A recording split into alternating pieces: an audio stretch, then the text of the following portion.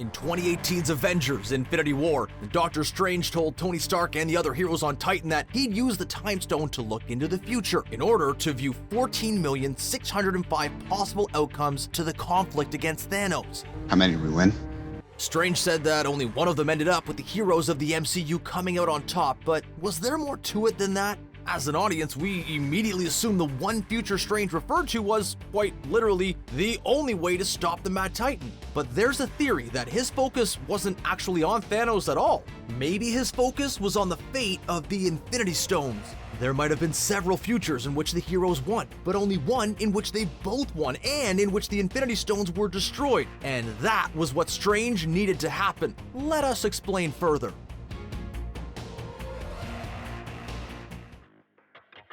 When Doctor Strange handed over the Time Stone willingly to Thanos on Titan in Avengers Infinity War, not only did it shock Tony Stark and the audiences watching the movie around the world, it also set into motion a series of events that resulted in the MCU's heroes defeating the Mad Titan once and for all, as well as ensuring the Infinity Stones no longer existed in the main MCU timeline.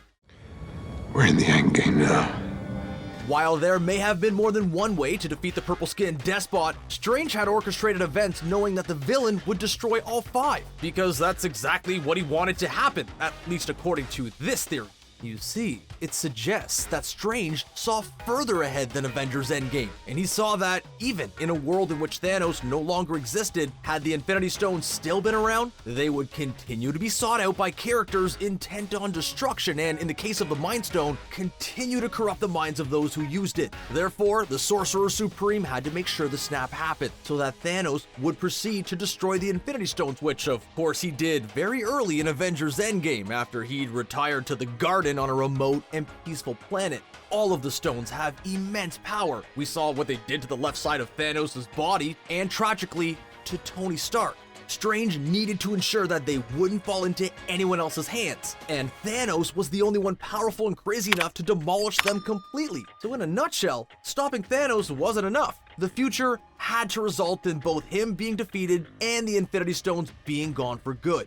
Avengers Endgame made it very clear that defeating Thanos was something the Avengers were more than capable of doing. They did it twice over the course of the film after all. But Strange maintained the cover story that Thanos was the ultimate big bad in order to make sure everything happened as he planned it, which involved the heroes of the MCU collecting past versions of the Infinity Stones, then returning them to their original timelines, keeping the main MCU timeline Infinity Stone free. When you consider the Ancient One's reaction to being told that Doctor Strange willingly handed over the Time Stone, this theory makes a lot of sense. She knew it must have been for a good reason and trusted Strange's judgment. Now let's look at the evidence regarding each individual stone that backs this theory up. The Mind Stone has the power to warp minds, and every time someone's had it in their possession in the MCU, it's only led to violence and chaos. It's influenced several characters on screen since the franchise's inception, including Loki, who's been confirmed by Marvel Studios as having been corrupted by the scepter that previously housed it. Without the Mind Stone influencing him, Loki's actions in the first Avengers movie wouldn't have been so extreme. They went way beyond his usual mischief. He killed 80 people in 2 days. He's adopted. Then look at Tony Stark. He built the murder bot Ultron after Scarlet Witch induced a vision in his head. And how did Scarlet Witch get her powers? That's right, she got them from the Mind Stone. Of course, there was also Ultron himself, who was influenced by the same powerful stone and wanted to wreak havoc on Earth without a second thought from the moment he came into existence. And it could even be argued that Hydra, who were obviously already a very dangerous and evil organization, were wanting to cause even more destruction, while briefly under the Scepter's influence in 2014's Captain America, the Winter Soldier. Then there's Thanos. The Mind Stone was the first stone the Mad Titan ever had in his possession, so it could be argued that when his home planet of Titan was on the brink of collapse, he asked the stone for a solution, and it led him to the genocidal path that ultimately caused him to wipe out half of all life in the universe. There's also a theory that the Kree Supreme Intelligence was powered by the Mind Stone, and that was a nefarious and controlling AI, which would further back the idea that the Mind Stone's existence is a bad thing. But we can't confirm that theory to be true. Next up, there's the stone that Doctor Strange himself is most familiar with, the Time Stone.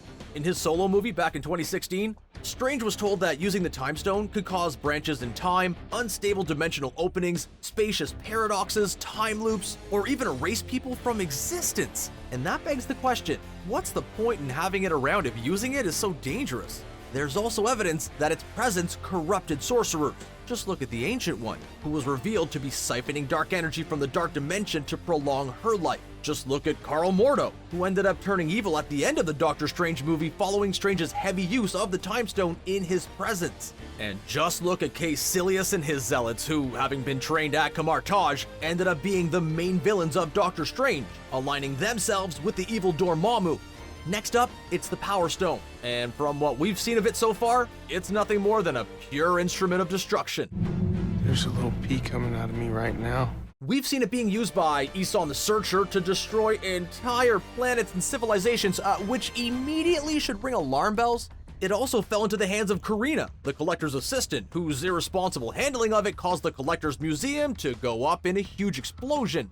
And then there was Ronan, who, after initially being told to collect it for Thanos, discovered it was an Infinity Stone and immediately wanted to use it to destroy Xandar because of a long-standing vendetta he had against the Xandarians, in spite of the fact that the Kree had, in general, made peace with them. That's a prime example of what possession of the Power Stone can trigger someone to do. Now let's move on to the Reality Stone, the Infinity Stone that can, quite literally, warp the fabric of reality itself. Reality can be whatever I want. The very fact that the Asgardians had hid it away thousands of years ago to prevent it from falling into the wrong hands says everything you need to know about this one. Of course, it did fall into the wrong hands in 2013's Thor: The Dark World, back into the possession of Malekith and the Dark Elves, who had previously used it before it was hidden away. Malekith intended to use it to plunge the entire universe into darkness, to create an environment in which the Dark Elves could rule said universe with an iron fist. And why would anyone of a heroic nature want an item like that to exist? The very nature of the Reality Stone encouraged deception. Just look at how Thanos fooled the Guardians of the Galaxy into thinking the Collector's Museum was still intact, and there's really no good that can come from that. Then there's the Space Stone, another Infinity Stone that's been attracting villains' attention since it was created. The Nazi villain, Johann Schmidt, the Red Skull, had coveted it for some time before he finally got his hands on it in 2011's Captain America: The First Avenger. The Tesseract was the jewel of Odin's treasure room. He used it to create Hydra's advanced weapons of mass destruction in his quest to conquer the world. Then it was acquired by Loki in 2012's Avengers movie, when he was under the influence of the Mind Stone, incidentally on behalf of Thanos.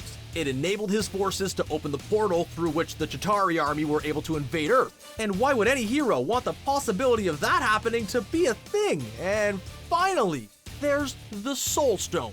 Prior to the events of 2018's Avengers: Infinity War, nobody had ever possessed it before. In fact, it seemed that hardly anybody even knew where it was. Of course, it was revealed to be on the barren planet Vormir, where the Red Skull had been banished by the Space Stone, incidentally, to be its guardian. It was also revealed that, in order to possess the Soul Stone, it required a sacrifice.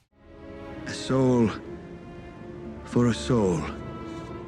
And that makes it a morbid item to say the least. No good can come from that. If somebody has to die in order for someone else to possess the Soul Stone, it's really not worth keeping around for that cycle to continue for eternity. And the fact that Natasha Romanoff had to die for the Avengers to undo the snap really emphasizes that. And of course, the snap itself is a prime example of how dangerous the Infinity Stones are when they're brought together. That was hinted at as far back as 2013, when Thor's The Dark World's mid-credit scene saw Volstagg telling the Collector that having 2 Infinity Stones in Asgard was a bad idea. It is not wise to keep 2 Infinity Stones so close together. The fact that Thanos was able to use all 6 to wipe out half of all life in the universe with a mere click of his fingers is the icing on the cake as far as the dangers of the stones are concerned. If the destruction of the stones was indeed Doctor Strange's end goal in Endgame, he was definitely in the right, even at the cost of some lives that were lost prematurely, because the powerful items would only continue to corrupt people, attract the attention of villains, and generally cause havoc for the remainder of their existence.